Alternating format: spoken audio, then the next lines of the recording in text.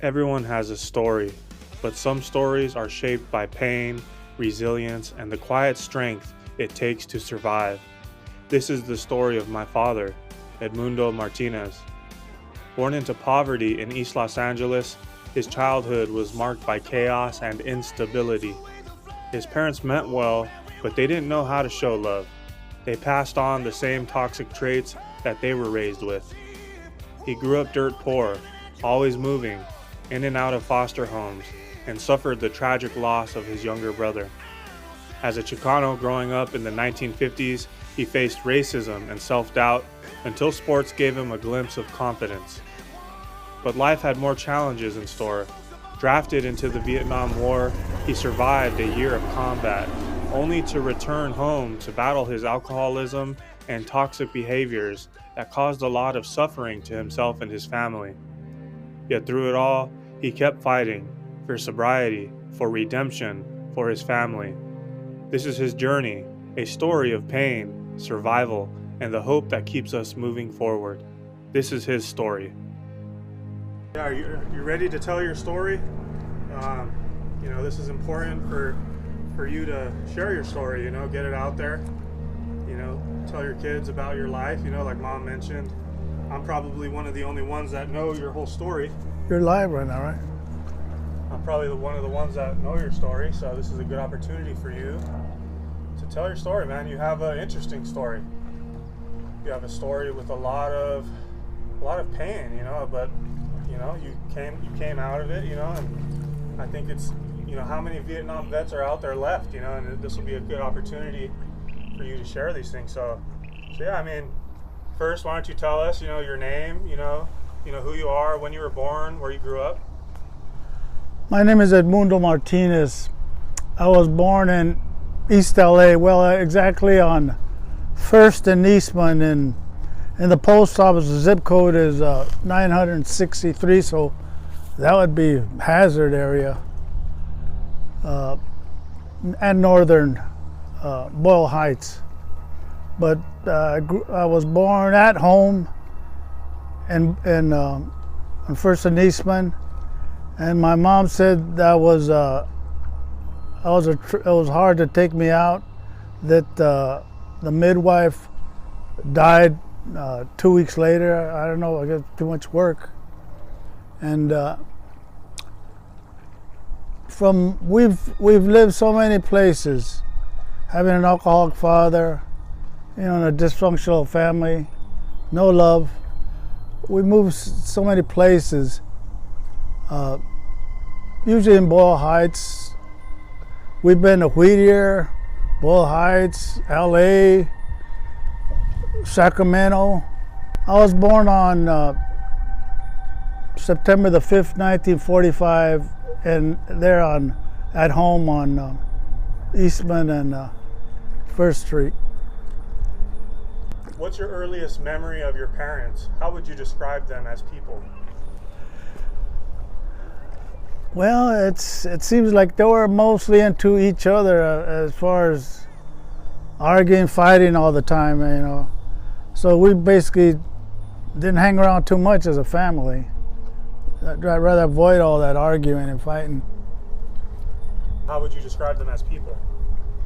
Like I said, my father was, I believe, in my opinion, since I'm an alcoholic, I believe my father was an alcoholic and also a womanizer, and I've been a womanizer myself. That my mother fighting with a neighbor lady, always fighting, then before I know it, you're moving.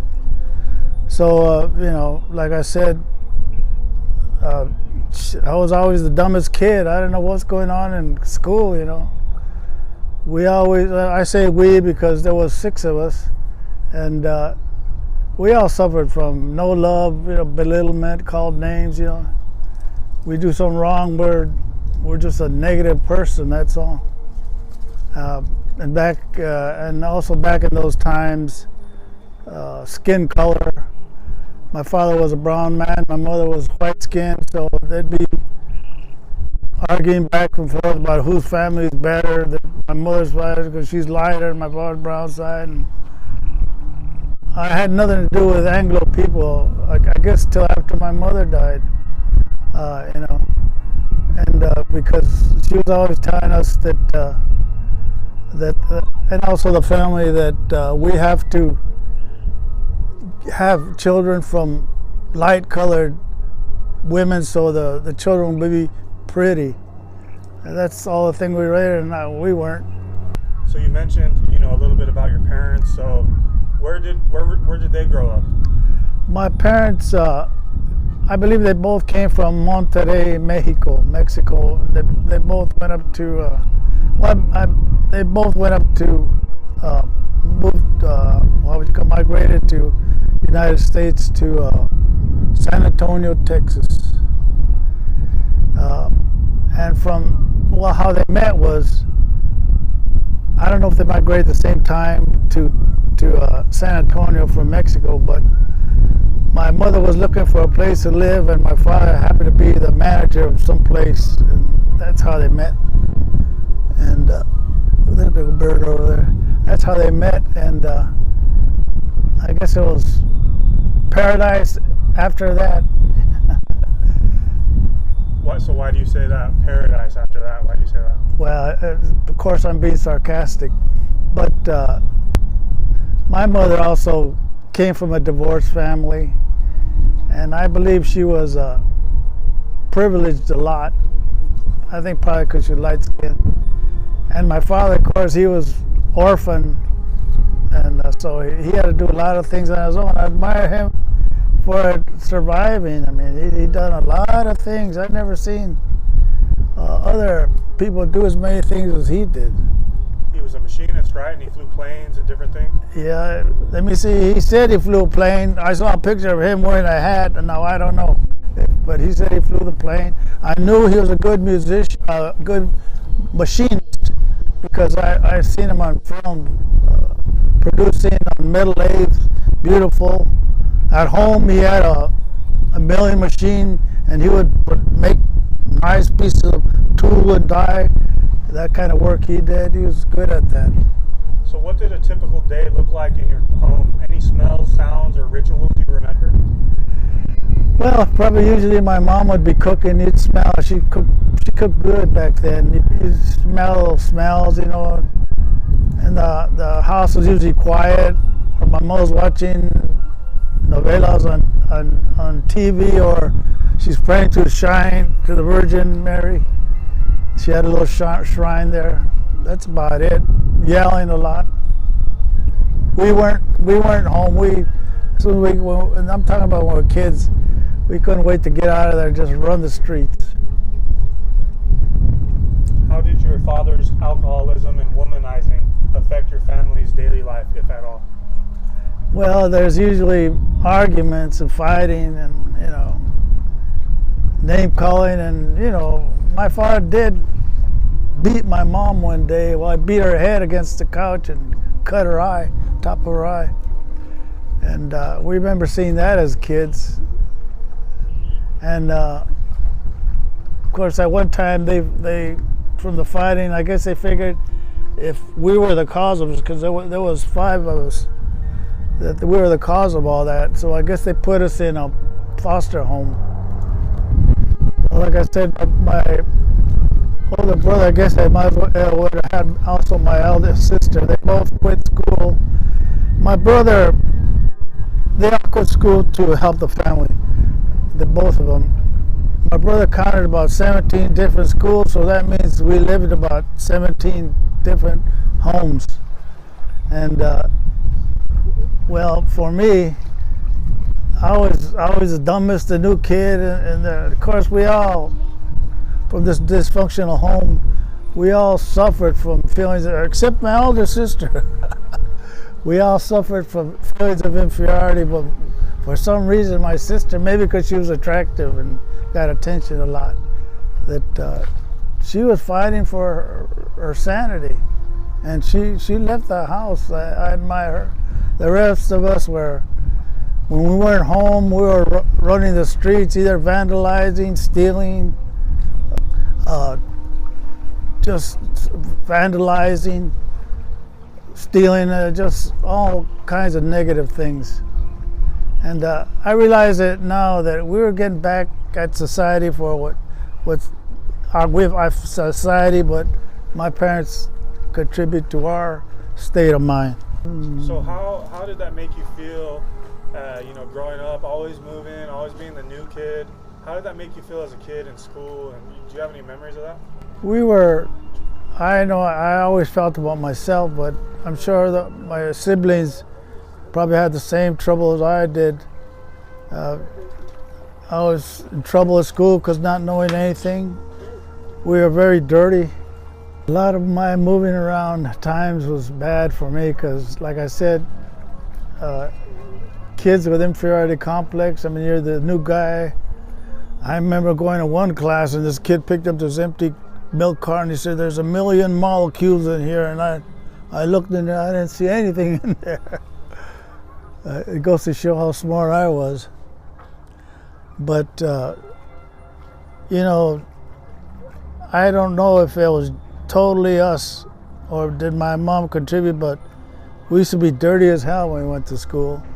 I used to be scared when the nurse back in the day would come by and check our hair and all our hands and all that, and I knew I was going to get in trouble. I remember there was one time I was so dirty I spat on my hands and I tried to clean my hands with my own saliva. But of course, she picked me to go see the principal. And who knows what kind of trouble I got back then. Yeah, I remember my older brother, I don't remember, I was too young, but my older brother said that we lived in a tent, because we were very poor. And one thing that the only thing I can attribute that to is the smell of diesel fuel. I don't know if anybody else feels the same way, but when I smell diesel fuel, it smells like food. And I think it's because my mom used to cook from a little stove out of some fuel. I don't know what kind of fuel it was. I don't think it was diesel fuel, but and I smell that smell. It has a pleasant feeling towards me. We went to one foster home, and I believe my parents thought if they got rid of us that maybe their marriage would be better, but it wasn't. We were, I say, molested, fondled there as little boys. Me and my younger brother acted out what they done to us out in the front yard, so somebody reported us and they told my parents, and next thing you know, my father's calling us perverts instead of looking out for us. He's calling us perverts. That's what I remember about the foster home. So yeah, a lot of moving around, I can only imagine that, there was a lot of dysfunction, amongst the siblings. So which sibling or siblings were you closest to and why? It's really hard to say, but I believe we are all competing for attention from our parents, which they had none to give us, And I was jealous of my siblings. My brother, who's a year older than I, he passed away now, a year older than I was, he was the most troubling guy. Later on, he became violent. But for some reason, I had very heavy empathy for him. I felt sad for him. Even though he used to bust me in my mouth every once in a while, that I couldn't hit my own brother in the mouth, but he sure could hit me in the mouth. But there was something about him. As little kids, we were fun together, but yeah, I come from 6 siblings. The youngest was my sister. She was about 4 years younger than my youngest brother, Robert. My oldest sister, Lola, was attractive, and I believe that's why she didn't have that inferiority complex. She wanted to survive. She wanted to have fun, and I admired that. The rest of us were, my oldest brother, he would talk sometimes, but he really didn't do anything. My brother Mario he had a lot of emotional problems, turned out my youngest brother did as well. I guess we all had emotional problems. I don't know if some of this had to do with us speaking Spanish. Maybe, I don't even know for sure if we only spoke Spanish. But like I said, my brother, oldest brother, he done a lot of things that I thought were exciting, but he just quit them. He just quit them right away. My brother Mario was a year older than I am. He's the one that got violent. He became very violent, beating up everybody. And then we hit puberty. When we hit puberty, of course, we're just chasing women. I mean, thinking about women, taking baths and all that stuff, you know, trying to be clean. My youngest brother was, I guess what you call, well, the runt of the litter, where I bullied him, you know. Mario would later on beat the hell out of him, you know. All that kind of stuff, you know. There was a lot of violence in there, a lot. At the end, my younger brother took his life, you know, from all that stress and all that. Tell the story about Mario, and he would wear a bag on his head and stuff like that. My brother Mario, and the thing about it is, they say we look alike, but for some reason, and he never had pimples like I did, but for some reason he thought that he was ugly, so he actually got a piece of cardboard, put holes in it, and would wear the mask around the house. In fact, even our cousins saw him, and friends would see him, and they'd try to talk to him, but no, he just went by it. Till one day, me and my other brother, when we came out of the service, we went and grabbed him and we took the mask off his face. We were looking at him, and he was looking all over the place, you know, as we're held him there, and we're saying, "Look, Mario, you're fine, you're good, you're normal, you're all right, Mario." And then he got out of it, so it worked, you know. No more mask.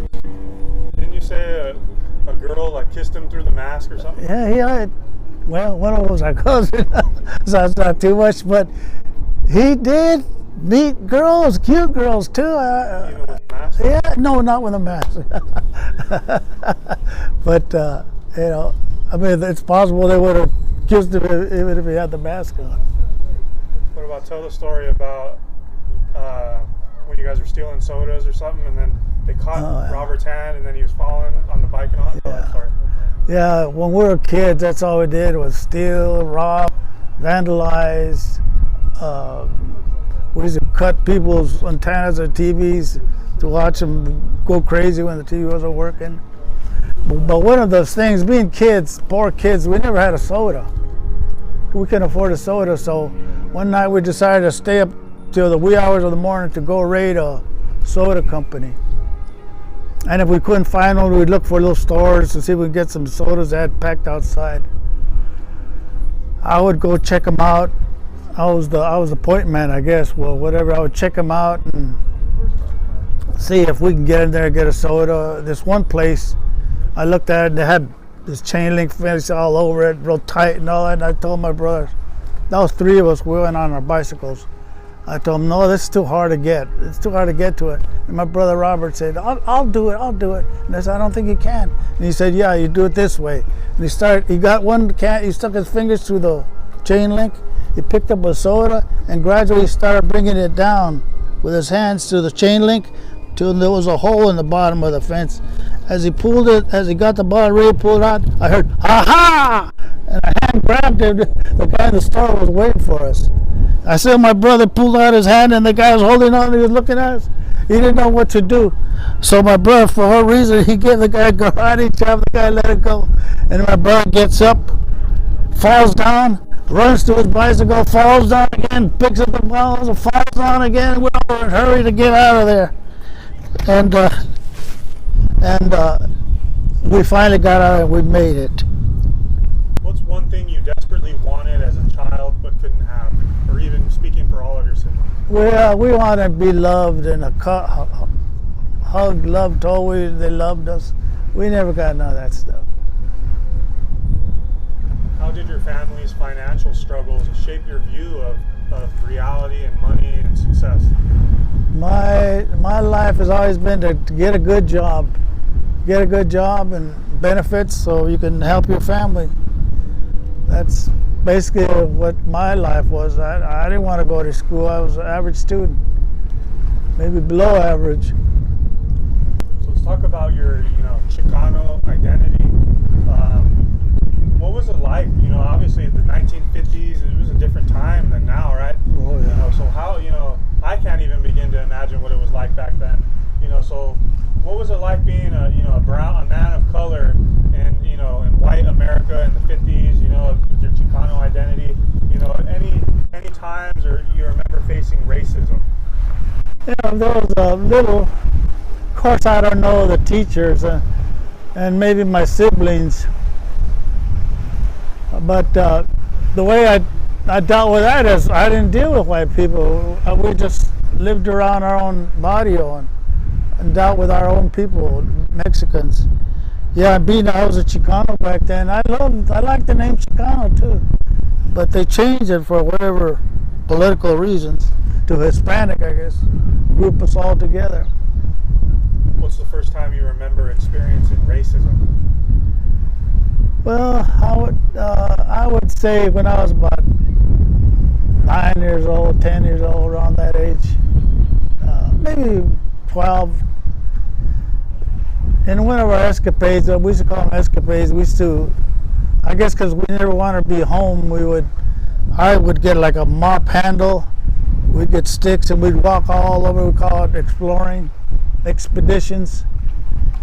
One of them, we were going down the street, we're always dirty as hell, we're going down the street, we come by, it was this gym where guys pick up weights, and these muscle guys were out there, these big old muscle guys, So we came by, we came and looked at them, and we were giggling like little girls looking at these big old muscle guys.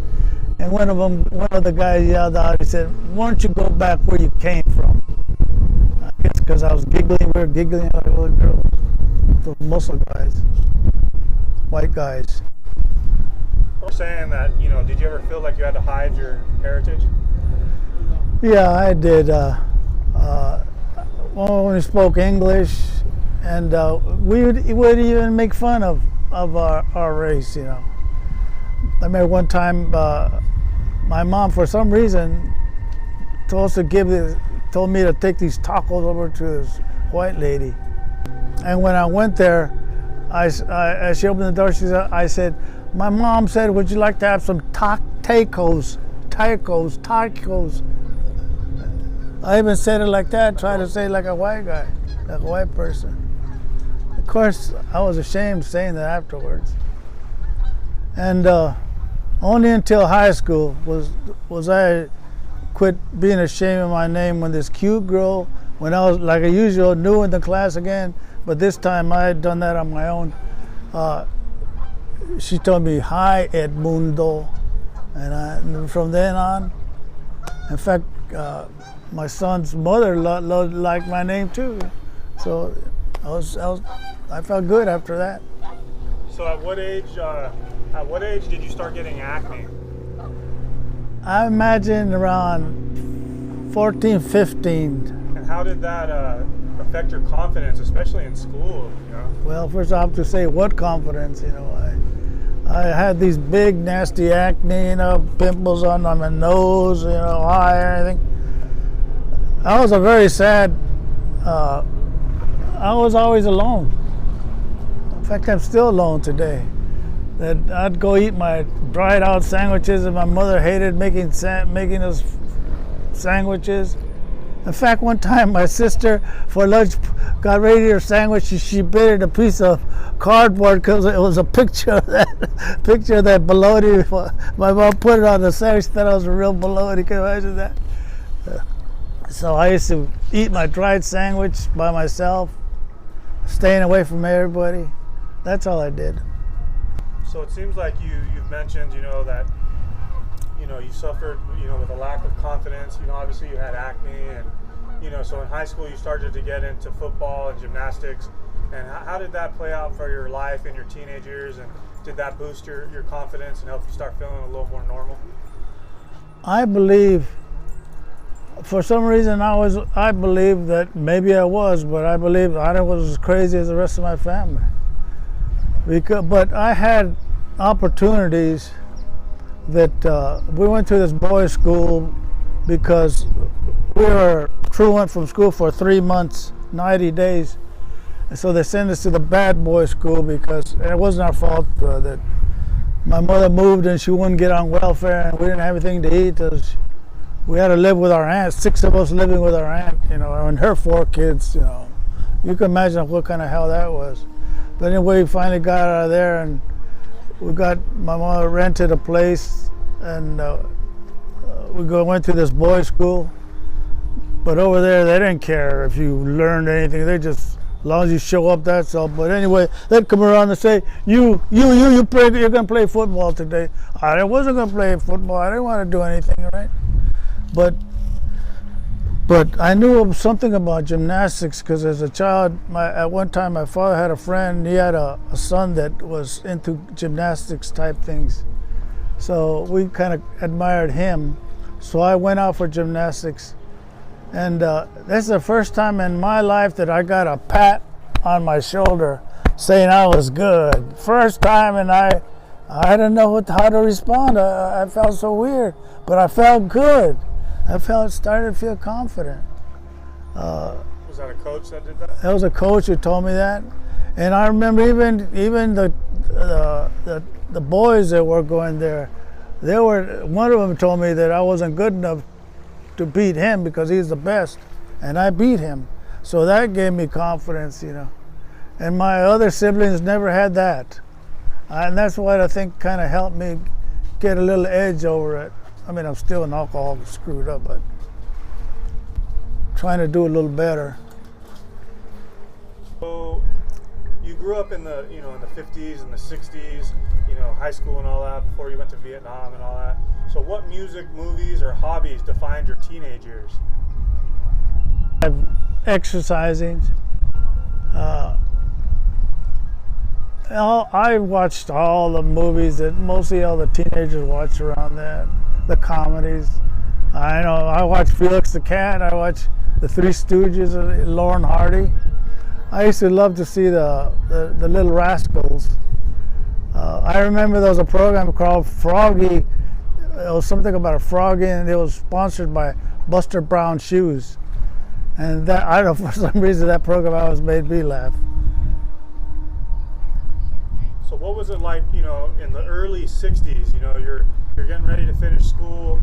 What was that like, because obviously your life was about to change, and so what was that like before, you went to the war? Well, of course, in my process, I was 19 years old when I graduated from high school. I was held back a couple of times. I didn't know nothing. I was on the edge where I wasn't that bad, but I wasn't good enough to cruise through all that work, especially homework. Especially moving all the time. Well, with moving and all that, how are you gonna stay focused and catch up? And then if I asked for help, my brother would yell at me, and from the stress he was under, so I couldn't learn.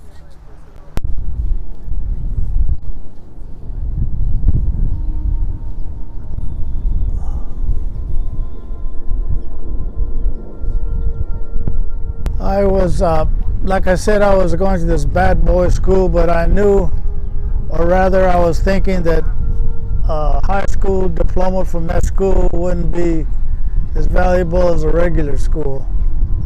So I worked hard and I transferred to a regular high school.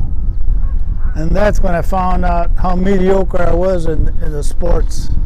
But the only thing I can say is that I lettered. So, I've tried to play football there. Oh man, I got my tooth knocked through my cheek. Oh man, that football wasn't for me. I'm surprised I wasn't, but I wasn't an angry guy. And that's from regular high school because I wanted to graduate from a regular high school. I did, and I just wanted. Like I said before, I was no genius. I just want to graduate from high school, get a good job, eventually get married. That's the only thing I thought about. But they were talking about the war in Vietnam. This was back in the 60s, early 60s. And I would be taking the bus to downtown LA, Sixteen Hill, to go to a little dispensing job I had over there, making $50 a week. And I think I gave most of it to my mother, if I don't remember. But that's what we're supposed to do. And I'd be looking at the paper where the headline said, so many more soldiers are being drafted for Vietnam. My brother was drafted, so I was worried about me. And then one day I came home and my mother was all freaked out.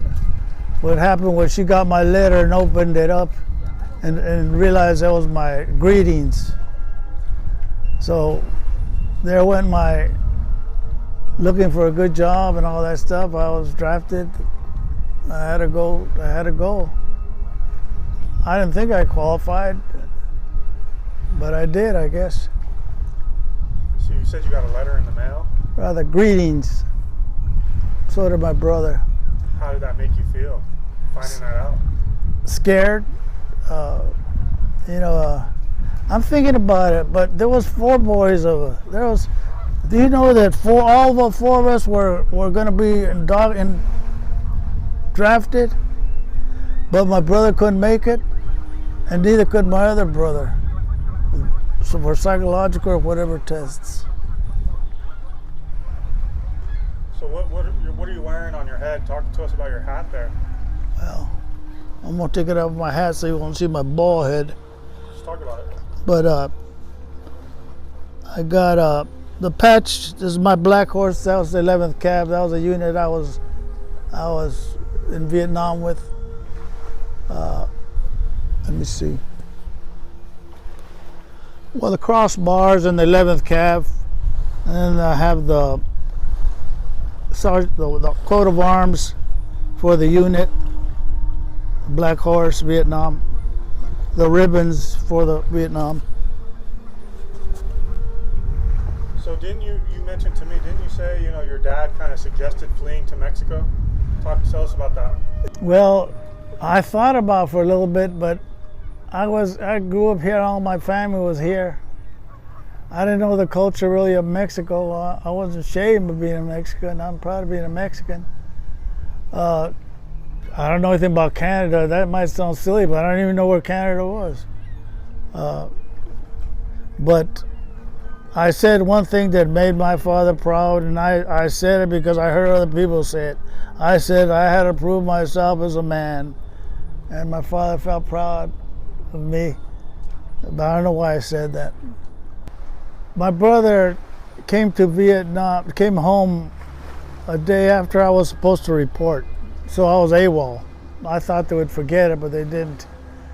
Anyway, what shocked me was I said, "How is it over there?" And he said, "It's hell. It's hell." And he was all skinny and all dark. And I got so scared, I had to go lay down. That's what my father saw me lay down with fear. And he told me, that's what he told me about.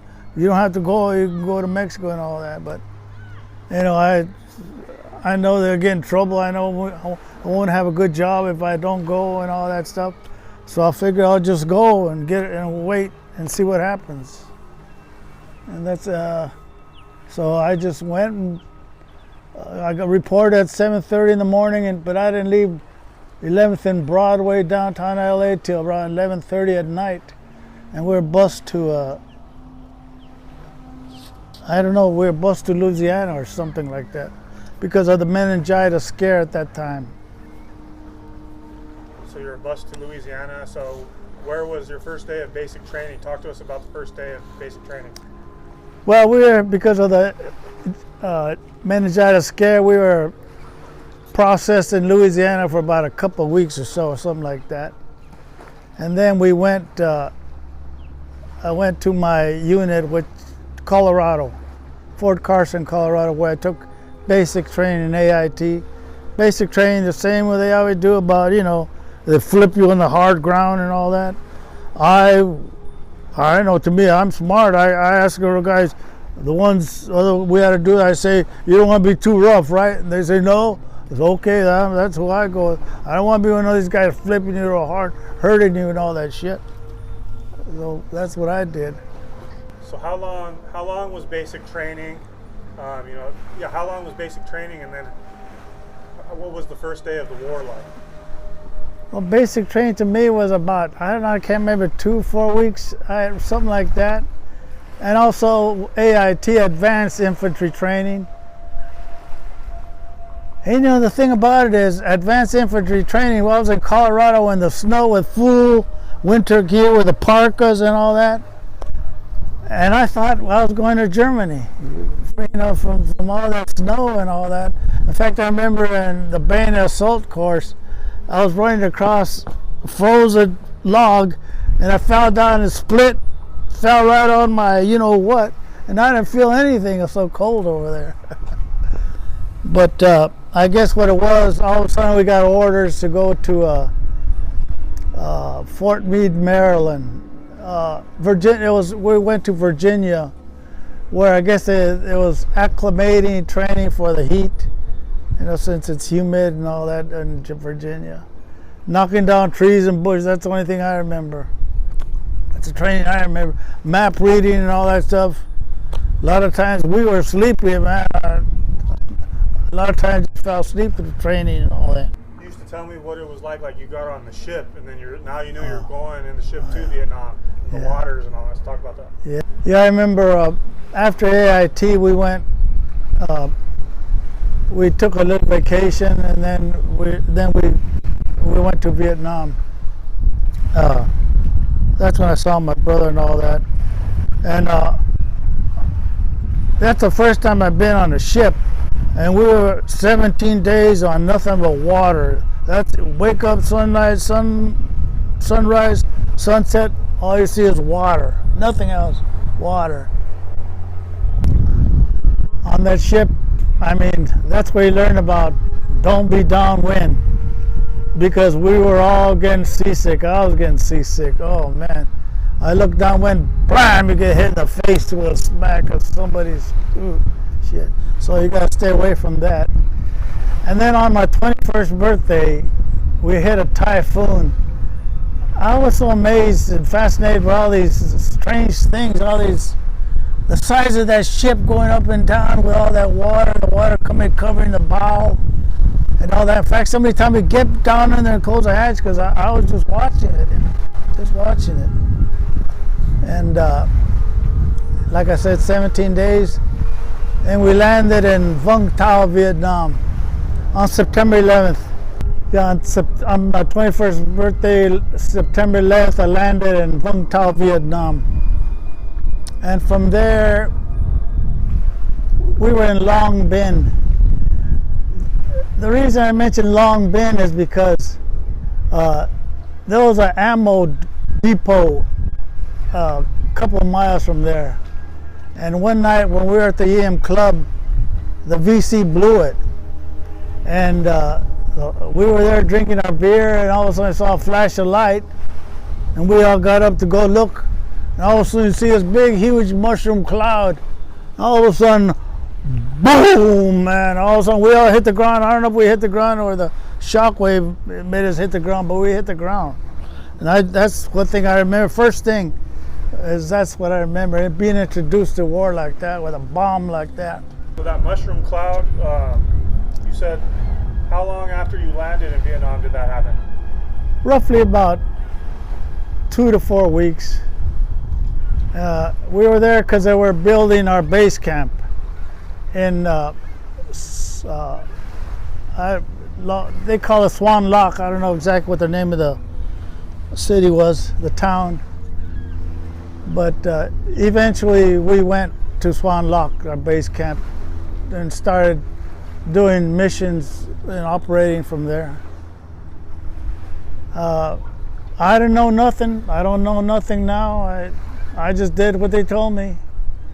And eventually you learn.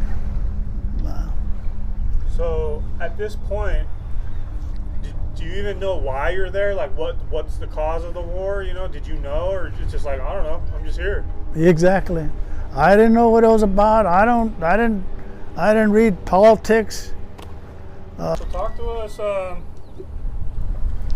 us about the war. You know, like, you know, what that mushroom cloud was every day like that, or I'm sure there was a lot of downtime and stuff, right? But yeah, you know, talk to us. You know, how long you were there and what it was like, what you saw.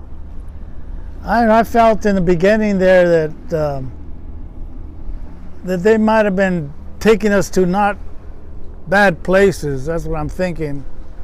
I mean, there was times where we'd go out these ambush night patrols. I call them ambush patrols. There were night patrols or listening posts. There was about 8 guys, or 8, 9 guys, 10 guys. We'd go on patrol at night. Every once in a while, I mean, they'd pick guys to go. And usually it's nothing. But one night, my sergeant came up to me and he said, "Mundo, make every bullet count because the VC are coming right at us." So to this day, I don't know if he was serious or what, but I stood there with that gun, waiting all night, you know, keeping my eyes open, see what's going to happen. And nothing happened. But what I remember was enjoying my breakfast that morning. I enjoyed my breakfast. That's what I remember about Why did you enjoy your breakfast? Because I got to eat and it tasted good and I had my coffee and all that. So how long were you in Vietnam? Total, they include your travel time, but without travel time, it was 11 months something or other. And so what's the most surreal thing that you saw in the jungle? Oh, Talk about the jungle too. How was it? You know, like. Oh, the jungle was beautiful, strong and healthy. We had a tank in our squad also, in a platoon, and that vegetation would halt that 52-ton tank. In fact, I'd be in there on the APC behind it. Yeah, I'd be driving in the APC behind the tank. I mean, not exactly right behind it, but that vegetation would stop it. But what amazed me was that vegetation, the thorns on that vegetation, they looked like huge daggers. I couldn't believe it. I mean, when you go in the jungle, you might see a helicopter shot down. You might see one of our APCs burned out. Those are the kinds of things you see.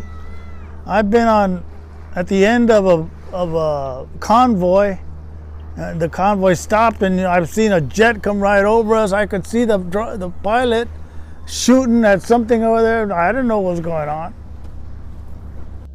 So what was it like in the war? You know, like you started to talk about it a little bit. So, you know, were you like scared at night, like listening, and you know, what kind of bloodshed did you see, if any? In the first few months, nothing really in the war. Going on patrols, nothing happened. Maybe a gunshot heard there or something like that. That was about it. But I was put on watch while the platoon set up or whatever. And I remember one time I was shot at with a machine gun, automatic weapon. All I did was duck my head when the bullets came by me. But I didn't know I'm supposed to return fire, but return fire who? You can't see anybody. But I basically just ducked my head. Did you see any death? No, but what happened was the sergeant came and he saw me, and he took the 60 machine gun and I had the 16, and we ran into where we were shot. He took us to run into where we got shot from. He told me to shoot this house there, and I shot the house. I heard some people scream, but that's all I did. I kept running in, and when we were in there, our platoon started shooting back, 50 caliber machine guns and stuff like that. And we were under a tree, and them branches were falling on us. Kind of leery there. Some guy did get killed by one of our own. I think a 50 caliber hit him and killed him. He was an American Indian, the first guy got killed. That's the only thing at that time. How did you bond with fellow soldiers? Were there any friendships that saved you? Maybe you can talk about the Indian guy and different. I used to call them acquaintances, but to me they were friends. If you're in a war, that's a different thing, because you have to protect them just like they're trying to protect you, So I had friends, but I've never been a friendly person. I've been a loner. When I was, there was few Mexicans in the Army when I first went there, and far apart, so I didn't get to really know them. So I'd be on KP or whatever, I'd be looking for other Latinos. The one closer were the Indians. I thought they were Indians, Latinos, but they were Indians. Talk about the Indian guy. Yeah, we just get drunk. I used to instigate him, and he used to go crazy and start wanting to fight with people. And that's when I was drinking, I was drunk. I used to laugh and all that stuff, and I'd run and hide. How would you instigate him? I'd say that the white man took his land and all that, and here he is, and all that. And what would he do? Oh, he'd start pounding his chest, and he'd want to fight and that kind of stuff. But to me, it was all a joke, Of course, you're half crazy when you're drunk anyway. Any other characters? Well, there's no telling after you come in from the field what's going to happen. One time there'd be a guy holding a gun, screaming at this guy to come out of his tent because he was going to kill him. I heard that one of our sergeants tried to run into a airplane propeller because he got a Dear John there. What's that? That's when a woman dumps you, Oh, yeah. Yeah. So there was a sergeant who threw a satchel charge underneath the first sergeant's neck, trying to blow him up. I remember there was about a 60-year-old first private first class. This guy, they caught him drinking aftershave lotion, so he was an alcoholic. Oh, there were so many alcoholics. I don't blame him, man. A lot of hell over there. There's and of course there's people fighting, beating the shit out of each other, picking on guys, and all that kind of stuff. I never liked that. There was this one guy that we had a good medic. He was a good guy. This one guy picked a fight with him and got him on the ground and took out his private part and rubbed it in that guy's face to show how much of a man he was. So he beat him up and knocked him out? He didn't knock him out, but he beat him up, got him on the ground, and rubbed his thing in his face. So when did you start drinking or using marijuana? That started kind of in the war, right? Talk about that. Well, I started drinking at the age of 14, but when you're poor, very seldom how often do you get to drink, But in the Army, you can, go to EM Club, drink all you want. And back then, after some time, I would have probably taken anything, LSD or heroin, or I was feeling like, I didn't know what I was feeling. I didn't even know if I was going to make it or not. So, I would have done it. I smoked I started smoking marijuana then. So talk about the first time trying marijuana. Who introduced it to you and how'd that go? This one guy, there was 2 heroin addicts when I was drafted in the unit. Eventually they were kicked out, but I on patrols, they used to snore and talk in their sleep. Can you imagine on a patrol? And I remember the sergeant took out his gun and he said he was going to kill him if they didn't stop it. And I didn't think he would do it, but later on, I think he would have done it. Seeing things that he've done. Like I said, everybody was trying to get out of the Army. There was fights all the time. There was this guy, I used to hurt me. I used to see so many heartbroken guys missing their girlfriends or wives or crying, smoking, crying there. And they would get in fights and get their asses kicked too. And You know, it was sad to me. So what is a Dear John again? Explain that. Well, Dear John is, you know, the guy is taking too long to get home, so she's getting interested in some other guy and decides to, well, break up with him and go where the guy's here, you know, where that guy's gone. It's like they write that letter like Dear John. Yeah. That's where the term comes from. Yeah, there was a program called Dear John. Dear John, if you... So what was your first time doing marijuana like? In the jungle? I went out on patrol, and I had to put on the poncho to smoke. And then as we took it off, me and this one guy, we started hearing twigs breaking and stuff like that. This is all our imagination going crazy.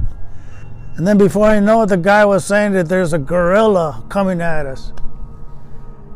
You think that was your imagination? And I'm saying, no. I don't see no gorilla. I don't hear no gorilla. And he said, listen. It kind of reminded me of my brother, because he's talking about ghosts and stuff like that. But all of a sudden, I started listening real carefully, and all of a sudden, I started hearing a gorilla. So what we did was we opened up our machine guns in the middle of the night, shot up the place, and the sergeants came rushing. What happened? Of course, we gave away our position, but nothing happened that night. But, you know, what your mind will go, you know. Well, that's all part of the military, you know, getting drunk and getting women, you know. Over there, they used to come to you wherever you were. They would come with prostitutes, you know. $5 or food, they'll give you some, you know. I mean, I myself caught the clap twice over there, gonorrhea twice, you know. The last one I got was on my last mission in Vietnam, but I couldn't go. I had to go to hospital to be taken care of. But anyway, I found out that nothing really happened in that mission, but I had a lot of guilt for not going to that mission. My first vision of actually seeing combat was one of our first platoon. I think it was our first platoon, was wiped out on an ambush, and there was like, we had tank on there and ACABs, and those things had holes all over them, and there was bodies all over the place, and I referred to it as blonde hair and blood. So that's what I saw. I remember pulling up there, and I remember somebody saying, "Get over there and put position over there, watch that position." And at the time, I only had an M16. And I'm looking at that and I'm seeing what they done to those vehicles and those men all over the floor, you know. And I saw that. And how did that feel, seeing that? It scared the hell out of me, and I realized that how mortal we were. And then every month for 3 months after that, there was a big major battle like that. The next month we were attacked. On slope 30. This is the first time where somebody said we're being attacked. We're in our perimeter. Somebody said I think we're being attacked, and I get up and look around. This guy knew me because I've been there for a while, and there was another guy at that time. We were switching guys all the time who had second tour. He had more experience, but because they knew me, he was asking me, telling me about. I think we're being attacked, and as I lifted my head up, I saw tracers and a 51 caliber machine gun shooting in, and I see RPGs coming in, and what was coming in, I don't know. I just seen a lot of shit, and I was in a state of shock or whatever. And at first, I saw that gun, but my thought was, if I shoot him, he's gonna shoot at me. So I didn't do anything, but the guy with the second tour got on and shot it out, and then I said, man, I should have shot it out. And when the battle was over, I saw the tripod with a bullet mark where it was hit. Anyway, after the battle a battle lasted for about 3-4 hours. And when the sun came up, we went up there to see what happened. We picked up bodies. I picked up so many bodies, VC bodies, you know. I had their blood on my hands, and I felt like an animal. They told us to go eat lunch, and with C rations. I didn't wash my hands. I had their blood on me. I think I went like this a little bit, but I was just a fucking animal anyways. So yeah, just what was it like coming back from the war, after the war? Like trying to fit back into society, what was that like? Well, when I came back, of course, I came back all by myself. I went to Vietnam all by myself, and I came back all by myself. My brother Mario, who was the violent one, he would ask me, for some reason he had developed this great respect for me. He would tell me, how was it in the war? How could you do it? And I would tell him, what would you do? What choice you have? You have to do whatever they tell you, and all you do. I mean, I guess I drank and drank and drank. I started drinking not right away. Well, like usual, I mean, I had to deal with life or trying to fit in, but also my family. I lived with my family. They're still kind of nutty, fighting all the time. Of course, I wasn't there all the time. Later on, my brother, I found out that he tried to join the army, but they wouldn't take him. To me, I think this is probably the last rejection that he was, because my other brother was beating him up and all that, and one day he just got his gun and blew his brains out. I remember I used to come visit after work, come have dinner at my mom's house, and one day when I got home, there was a bunch of cops there. And the cop said, and I said, what's going on? He said, there's been a suicide. And I said, which one? And I think he said, your little brother. And when I went in there, my mother said, go see what your brother done to himself. So I went. So I went to see him. And but the cop said, no, don't. So I just went in there, and like usual, I just started drinking. But when they, It's all right, let it out. When they took him in the body bag, I guess Vietnam and all that, and the pity and the sadness of when they took him in the bag, I mean, it just tore me to pieces. I didn't cry. I never cried in my life. But I cried like a baby for 3 days. In fact, cried so much I thought there was something wrong with me. Nobody else cried.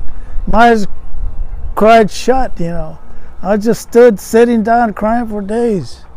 But I think in a way that helped me a lot.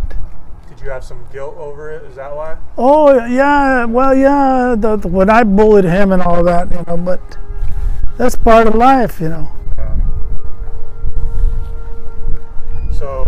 So after that, you know, you're back from the war, and then that happens, right? And then you're trying to live a normal life, and you're working a job, you know, and then you start having kids, right? And so start talking about what your mindset was, you know, you wanted to start a family or what, you know, and how that all. I'll be honest with you, I was just drunk, meeting women, making love. You know, sometimes babies come from that, you know. And to be honest with you, I never planned anything, you know. I just, whatever came around, came about. I was 24, around 24 when I had my first girlfriend, you know. I didn't think anybody really liked me back then. Well, like I said, I was living with the mother of my 2 children, getting drunk, doing crazy things, you know. That's not gonna last, you know. I don't know half the things I'm doing, getting drunk. That's all I'm thinking about partying.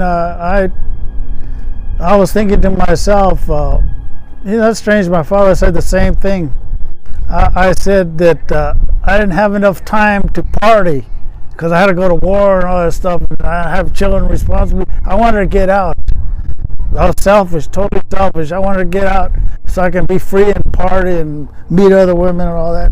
It's totally selfish. I didn't know any better. So, you know, looking back on your life, you know, like, you know, was that, you know, how do you feel about being selfish like that? Looking back on your life, you know, like, you know, how can you justify it, right? You know, like, I can justify it. I was a sick guy. I'm an alcoholic. I'm a sick guy. My mind's, even, I don't know, even if I wouldn't have been in the war, that I wasn't raised right, so I'm going to raise kids like the way I was raised, you know. takes time to get some experience in the right way. So is there like a moment of parenting or what you're talking about kind of that you regret? I wish I would have been a better parent. I remember one thing I'd done to my eldest son to show another woman that how you discipline children. I spanked him real hard in front of her. I spanked him with a belt real hard. I spanked him so hard that it smarted and he couldn't even say anything, you know. And I felt so terrible about myself, what I'd done. Well, for my son, but what I did for other people, you know. Of course, I never done that again. Like, let's be honest here, right? Like, you know, like accidents happen. A lot of pregnancies are accidents. You know, like let's just be honest. You know that that's how a lot of things happen, right? But sometimes these accidents, it's like your kids are your greatest joy in life, right? You know, like so. You know, talk about that. You know. Yeah, it's hard to talk about I mean, I love my kids. You know, cute things and stuff. They're cute. My oldest daughter's just cute, little smart girl. Of course, my eldest son was developmentally disabled. You know, high functional, but he's kind of slow and stuff like that. But he's still my first son. I mean, I used to take him with me everywhere when I first had him. You know, and then after that relationship broke up, I have another relationship, 2 more children. And these kids were a handful. I mean, they're full of energy. And I guess I have a deviated septum where I couldn't breathe that well. And I was always real tired. I remember my daughter, my middle daughter telling me, my youngest daughter telling me that all I did is take naps and watch boxing. Because that's all I did, pick them up when I visited them. I'd have to take a nap. I was so tired all the time. Yeah, that was all, and they were very energetic, and oh man, that was a lot of running around. So I couldn't handle all that energy. And so at this time, right, so like you're still working at the post office. So how did you hide alcoholism at the post office? You know, you said you were almost nearly fired. Yeah. It's not that I hid it, it's people didn't say it. Because when we clocked in, it was a small little place to clock in. And we all were in there clocking in, and my breath was leaking of alcohol and stank because sometimes I'd get up without brushing my teeth and just to try to get to work on time. And so how can you justify what you were doing, right? Like you had a lot of pain in your life, right? Like, so the alcohol numbed your pain, right? Like, yeah. Talk to us about that. Alcohol gives me courage and numbs my pain. That's all I wanted for. There's no saying from AA, but this guy said that only to be without pain is what I drink for. Only to be without pain, and we had a lot of pain. We of course always felt inferior and not good enough. So, with everything that you've learned in your life, right? All the trials and tribulations, all the life lessons, a lot of pain. You know, what would you say you've learned out of your life? You know, what would you want the listeners to like? You know, what did you learn, and you know, what advice do you have for the listeners?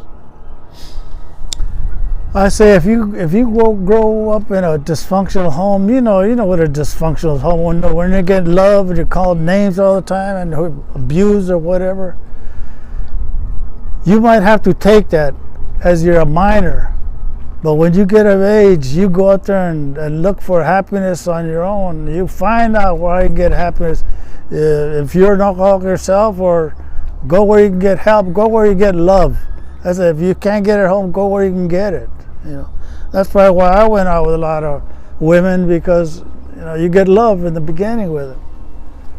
What about growing up? You always raised me on different quotes and stuff like that. Can you there's a couple of quotes that come to my mind. Can you talk about some maybe like 1 or 2 quotes that you enjoy? Well, one is don't believe anything you hear and only half of what you see. I think that's a very good one. And then why did you decide to have a child in your 40s? It just came about, that's all. What scared you most? Nothing. I was a little worried about my age, but I've kind of exercised all my life, so I was in totally bad shape. How was parenting me different from parenting your other kids? Well, with you, I just gave you a lot of... You're actually around, right? Exactly, yes, I was around. I was married, legally married. Sometimes I wonder if I married her because she's white, because my mother taught me so much about being with white people. So how was it different though, with me compared to the other kids? Well, like I said, it was different because without marriage, I mean, the man has no rights, seems like. The women always have all the rights. I don't know how it is nowadays, but that's the way it was back then, And I was settled. I wasn't a young man. And you were sober, I was sober at that time. But I'm an alcoholic. There's no guarantee I will stop drinking for the rest of my life. There's no guarantee. What's the hardest part of staying sober? Why is it so hard? The only thing, is you don't have that crutch anymore to give you courage to pursue something or do something. Currently, right now, how much time do you have?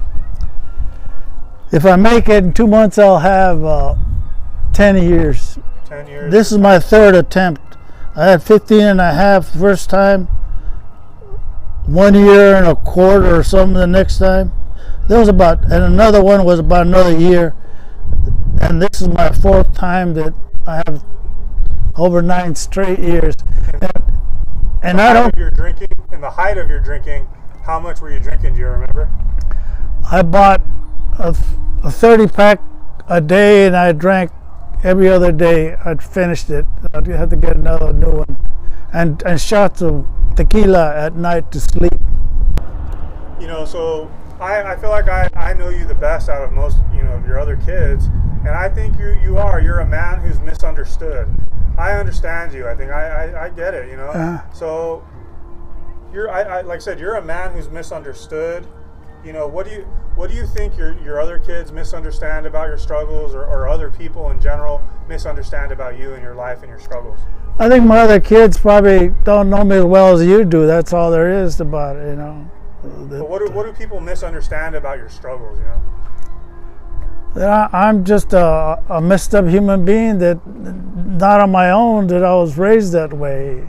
And I don't think intentionally, even though they would look at me and say, see, look how ugly he is, Look at my family didn't have fat lips like that, and my mother would be telling me like that and stuff like that, So it's just, let's face it, if you're raised with love, you have more stability.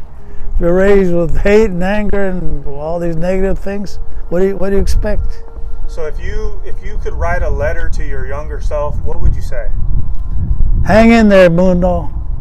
When you get old enough and you have the strength, then do something different.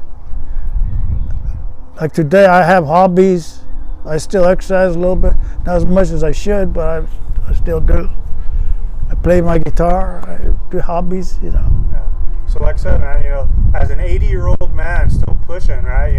Not yet. With all the struggles and the war and everything, what kind of closing advice would you like to give to the younger people who are struggling, and to make it to your age? What kind of wisdom or advice would you like to give to the younger people? I would just say eat right and exercise. You can't be perfect, but do the best you can, and life is not easy. Life only offers you a chance. So do what you can with it. And if you can't, just live, period. But don't wallow in misery and negativity. That doesn't get you anywhere. Keep looking up. And what would you like your kids to know, as you near the end here, what would you like them to know? Well, that they know I love my kids. I love all my kids. And I've done the best I can. I'm honest, the best I can. What is your views on the afterlife? The only thing is I'm thinking about missing my kids, but I know it's going to be a different dimension, and I don't know how physically I'm going to feel. I'm not a religious person. After the war, some guy told me, did I pray to God after we survived the battle? I said, yeah, but I didn't. So are you? Oh, really? Okay. So are you afraid of death, or what do you think is going to come? No, I'm not afraid of death. I think I fall asleep and just wake up in another dream. That's all. I'm going to wake up in another dream. Hopefully it'll be a better dream. Any closing words or any closing advice as we wrap it up? I live on luck because I drive a truck. I'm a sailor on a concrete sea. Okay. All right. Why I say that for? Do you want to do a song? I'm going to do a song. Everybody loves a clown, so why can't you?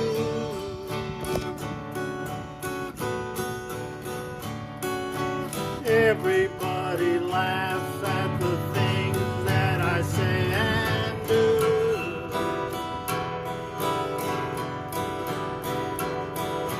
They all laugh when they see me coming, but you don't laugh, you just go home running.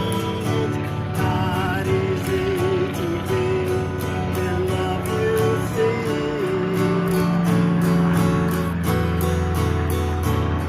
When you're a clown like me.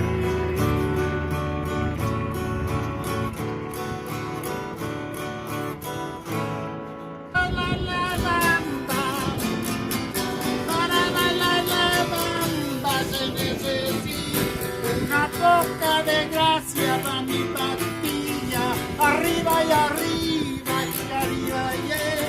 Yo no soy marinero.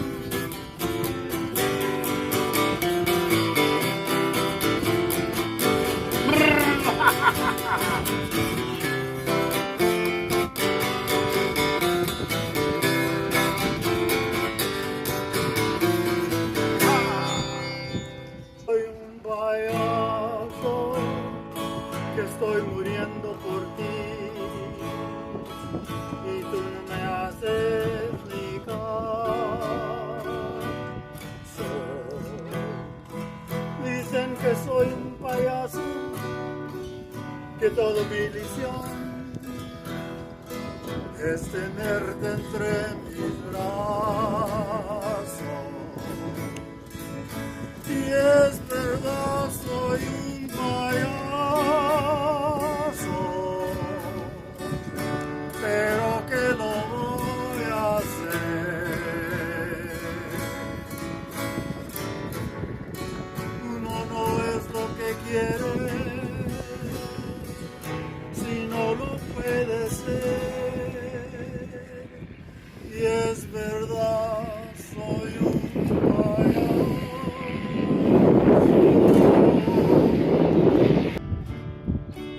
I can think of younger days when living for my life was everything a man would want to do. I could never see tomorrow, and no one said a word about the sorrow.